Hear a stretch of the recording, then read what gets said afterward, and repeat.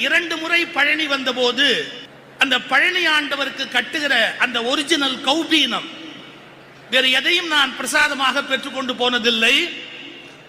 அந்த கௌபீனத்தை மட்டும்தான் சேகரித்து வைத்தேன். இன்னும் ஒரு முறை கிடைத்தால் நானும் துறவு வாங்கிக் கொள்வது என்பதுதான் என் மனதில் இருக்கிற ஒரு எண்ணம். ஆக எல்லாவற்றையும் விட மேலான பெரும் செல்வம் துறவு. அது ஞானத்தின் எல்லை. அந்த முருகப்பெருமான் உலகியலுக்கு வேண்டியதையும் தருகிறார். எங்கே தெரிகிறது?